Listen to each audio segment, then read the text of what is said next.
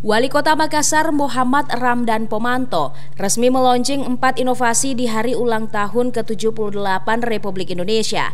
Keempat inovasi tersebut antara lain Halo Makassar oleh Badan Perencanaan dan Pembangunan Daerah atau Bapeda, Parekma Inovasi dari Dinas Pariwisata, kemudian Taurungka Inovasi dari Dinas Pemuda dan Olahraga, dan Dukcapil Go Digital Inovasi dari Dinas Kependudukan dan Pencatatan Sipil atau Dukcapil. Hadirnya inovasi ini diharapkan semakin menambah banyaknya inovasi program yang dibuat organisasi perangkat daerah Pemkot Makassar sehingga sejalan dengan target Kota Makassar menjadi kota terinovatif sebagai Smart City. Kepala Bapeda Makassar Helmi Budiman menjelaskan, inovasi Halo Makassar adalah layanan informasi dan data tentang Kota Makassar yang berkaitan dengan investasi.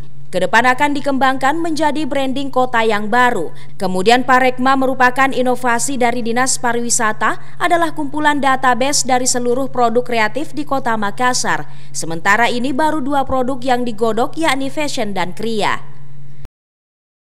Kedepan akan ada 17 subsektor pariwisata yang akan masuk dalam inovasi tersebut. Kemudian program Taurungka merupakan program database untuk pemuda di Kota Makassar, yang mana database pemuda saat ini belum ada. Sehingga dengan adanya inovasi ini makin akan mempermudah dalam mendeteksi jumlah pemuda produktif. Sementara program Dukcapil Go Digital adalah pengembangan dari program Dukcapil Nasional di mana pusat telah mengembangkan database untuk kependudukan satu data, sehingga inovasi tersebut diklaim akan semakin mempermudah layanan Dukcapil.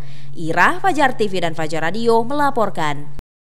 Terima kasih telah menonton. Jangan lupa subscribe, like, comment, and share. Saksikan terus informasi terbaru dengan menekan tombol lonceng hanya di channel Fajar TV.